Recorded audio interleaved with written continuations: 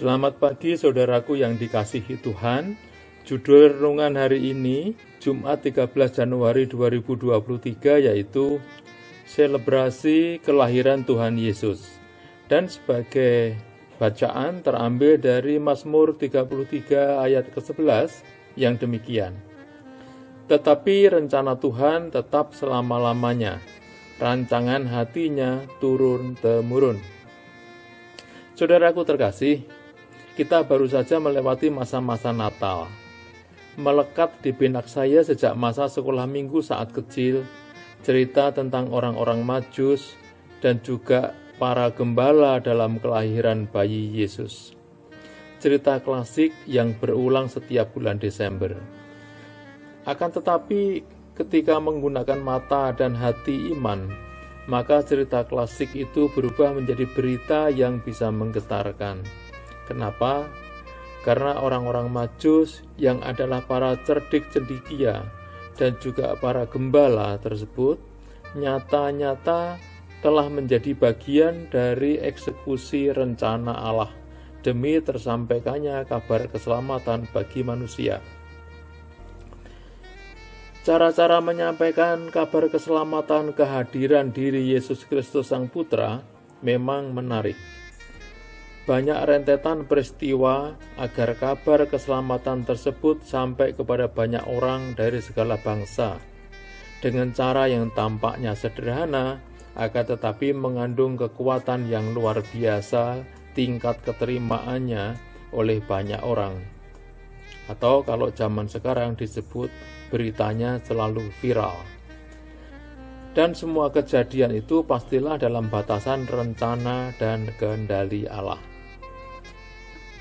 Sebelumnya, saya mengajak kita mengingat kembali ketika beberapa tahun silam Gubernur DKI Jakarta, Pak Jokowi, diberitakan viral ketika masuk ke gorong-gorong saluran air saat mengatasi masalah banjir di Jakarta. Seandainya yang masuk ke gorong-gorong itu tukang bangunan, itu adalah berita yang biasa, bukan? Atau malah tidak menjadi berita sama sekali. Nah, kembali ke orang-orang Majus. Orang-orang Majus yang adalah orang-orang bijak, berilmu tinggi, pasti punya pengaruh di negeri asalnya masing-masing, dan bukan orang sembarangan. Pergi berjauh-jauh untuk mencari mendatangi bayi Yesus untuk bersujud menyembahnya. Sekalipun bayi Yesus didapatinya pada tempat yang papa dan hina. Sudah tentulah berita para orang Majus yang sujud menyembah kepada sang raja ini adalah hal luar biasa, menjadi berita yang viral, menyebar kemana-mana.